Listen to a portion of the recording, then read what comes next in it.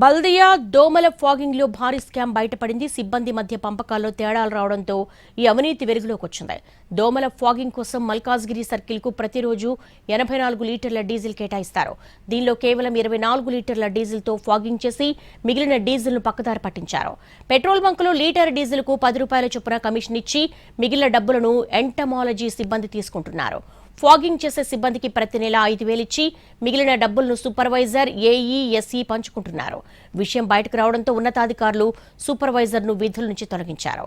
ప్రతి ఏటా దోమల నియంత్రణకు బల్దియా 32 కోట్ల రూపాయలు ఖర్చు చేస్తోంది. కానీ ఇందులో భారీగా నిధులు పక్కదారి పడుతూ ఉండడంతో నగరవాసులకు దోమల బెడద తప్పడం లేదు. ఇలాంటి అవినీతికి తావు లేకుండా అధికారులు గత 3 నెలల నుంచి డీజిల్లో మెలాథిన్ కెమికల్ ను కలిపిస్తున్నారు. దీంతో డీజిల్ అమ్ముకునే ఛాన్స్ లేకపోవడంతో ఫాగింగ్ చేయకుండా పని తప్పించుకోవడానికి సిబ్బంది ఆ కెమికల్ ను డ్రైనేజ్ లో పారబోస్తూ విధుల పట్ల నిర్లక్ష్యంగా వ్యవహరిస్తున్నారు.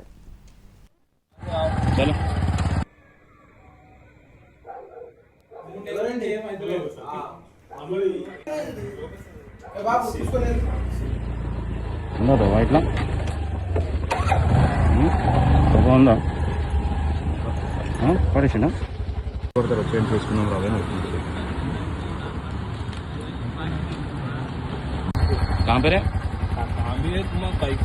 सिटीजन हूँ जी मैं सिटीजन है विराट मार के आए ना पूरा डब्बे में वैसे चला जी डीजल पूरा मार रहे अभी एक एरिया हाँ अभी एक एरिया मार रहे आओ चलो